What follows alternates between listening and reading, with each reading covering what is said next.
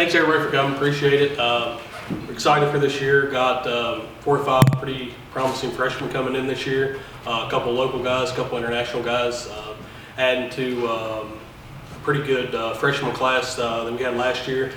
Returning everybody from last year, minus 2 guys. 1 guy graduated, 1 guy didn't come back. So we'll have about 15 guys on the team for this fall season. I got 6 tournaments lined out for the fall, so we're going to go to Bluefield, go play in their tournament. Asbury, Davis and Elkins' tournament. We'll be hosting our tournament at Lake Springs in October. Got our conference tournament coming up, and then we'll go to Shawnee State for their golf tournament in October. So yeah, pretty excited. Start practice on the first day of class. We're allowed to start practice on the 17th with NAI. That's their their guideline is you can't start practice until the 17th of August. After that, we'll be out there practicing and playing. The first tournament's September 11th and 12th at Bluefield. So excited for that. Excited for the year. And Christian's he'll be a junior this year, so we'll be excited to see what he does. Local guy from Woodrow, so we're excited to see what he does on the course, and just excited for the year. Garrett, are most of your golfers local, or do you recruit them from a pretty wide region? I got a good bit of local guys on the team. We got some Woodrow kid, and then I got a couple local guys as well. A kid from Elkview, Bryson Beaver, and then I got a kid from Webster Springs coming, Zach Carpenter. So I got a couple local guys, and I got a couple international guys coming in, 2 kids from Sweden coming in. I've had pretty good success with getting Swedish golfers. They have a government program that help pay for their education while they are studying in the States, as long as they meet their requirements, and they'll pay for a lot of their financial aid, so they'll pay for like their room and board, meal plan, tuition and fees and stuff like that. So I've got a pretty good connection with a international recruiter from Sweden. I got a couple guys, I got a guy from Colombia, got a guy from Uruguay, so I got a good bit of good guys on the team that are international. A lot of them are STEM-based majors. The international guys, they're either doing computer science or engineering, or 1 or 2 of them are business management. For the most part, they're STEM-based internationals. And a lot of the local guys, Christian, he's a criminal justice major. I got 1 or 2 of those guys and some business guys on the team as well. So I got a good mixture, so I'm pretty happy with what we have so far. So, good. Yeah. I have a question. Yes. Are we going to win our tournament this year? That's the plan. That's the plan. We finished. That's a good answer. Yeah, exactly. Yeah, that's our goal. We finished best spring championship we ever had since I've been the coach in the last 9 years. We finished 4th. We usually finish like 7th or 8th, kind of in the middle.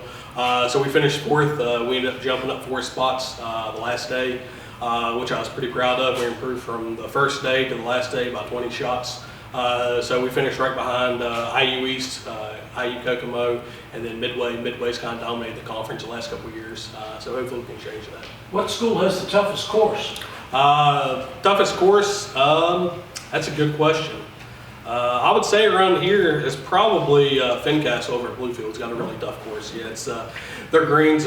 Christian can tell you about that. We were just talking about that a little bit ago. Their greens are pretty tough to read and putt on, and just kind of a lot of up and down elevations on the green. So there's a couple times last year when they went, I ended up not going with them last year because I actually tested positive the week of the tournament. So a couple of guys ended up going, and we ended up playing okay for the most part, but everyone struggled around the greens, and they've leveled it off and did some stuff to it. Christian got his best round there. We were just talking about they had shot a 74 or 2 over there. So that's his best round so far in college. So he's pretty happy about that. So he's excited to go back there next month, and hopefully we'll play a little bit better than what we did last year and maybe end up winning it. So. What do you think's the biggest difference this level in high school? Definitely just the competition. Especially high school in America. You have kids that shoot like 90s, and you'll have an 85 win an 18-hole tournament when 85 years, bottom of the pack. So yeah, it's definitely the competition. Yeah, competition definitely. There's a big difference, especially in West Virginia. I'll go to West Virginia tournaments and go watch them play and stuff. I'll see a couple guys that shoot 82, 83 and finish in the top 5 or something like that. And most tournaments we play in, if you shoot, 74, 75, you'll finish top 20 maybe, something like that. So just competition is a lot harder and just a higher level.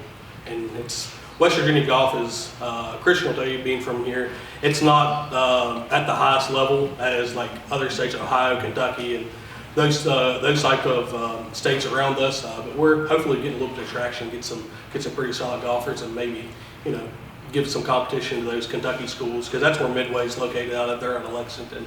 And basically they just get, they get to play year round basically. Where they're at, they go down south in the fall and the winter, and so it's something we can't necessarily do here, but they end up doing it, and they, you know, basically to play year round there. So they go to Florida and Georgia and places like that, because they're still, you know, a couple hours closer than we are, so they have the ability to be able to do that. But the level in Kentucky and our conference, Indiana, all those Indiana schools are pretty good as well. So